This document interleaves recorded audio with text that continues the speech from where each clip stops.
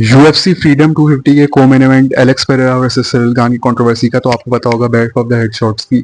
उसके बारे में अगर मैं बात करूं, क्योंकि हर्ब डी ने जैसे वीडियो आप बनाई हुई है उसमें देखा होगा, उसका जो हेड का एरिया बताया उसमें काइंड ऑफ रूल उसके वाकई सही हुए। एमएमए रूल सेट ऐसे ही है, आप वियर्ड आप जो भी कहें, पर उसमें 12 इलीगल एल्बोज अगर back of the head count करें सिरिल गान ने लैंड की थी, और अगर उस रूल सेट ने जो हर्ब डी ने वीडियो में एक्सप्लेन किया उसके मुताबिक भी चलें तो at least 4 to 5 illegal back of the head blows land तो हुई हैं। मेरे हिसाब से हर्ब डीन काफी काइंड ऑफ शुरू में हर्ब डीन लोग काफी ओवररेट कहते हैं, one of the most overrated refs in MMA. Jason Herzog recent time मेरे हिसाब से one of the best refs है यूएफसी में करंटली। बाकी हर्ब डीन मारियो यामासाकी जैसा वर्स्ट कह सकते हैं, पर मारियो यामासाकी का लेवल कुछ हो रही है। हर्ब डीन का भी मतलब समझ ले, पर उसमें एटलीस्ट अगर रूल सेट के मुताबिक बात करें, कम से कम 4-5 illegal back of the head blows से गान ने लैंड किए हैं, ये इसमें कोई क्वेश्चन डाउट नहीं है।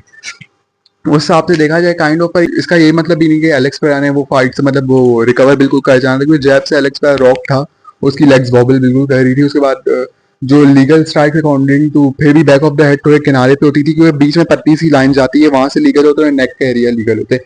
तो यहाँ पे जो वो काइंड ऑफ लीगल थी वो से एलेक्स पेरेरा वॉबल मतलब बिल्कुल नियर फिनिश की तरफ तो चला गया था। तो उसे रिजल्ट फाइट के चेंज नहीं होना था, चाहे जो भी आउटकम सेम ही होना था, सिरिल गान ने जीतना था क्योंकि फिनिशिंग सीक्वेंस पूरा था। पर 4-5 एटलीस्ट लीगल ब्लोस इजीली उसमें थी। तो यही थी मेरी इस कंट्रोवर्सी के बारे में ओपिनियन।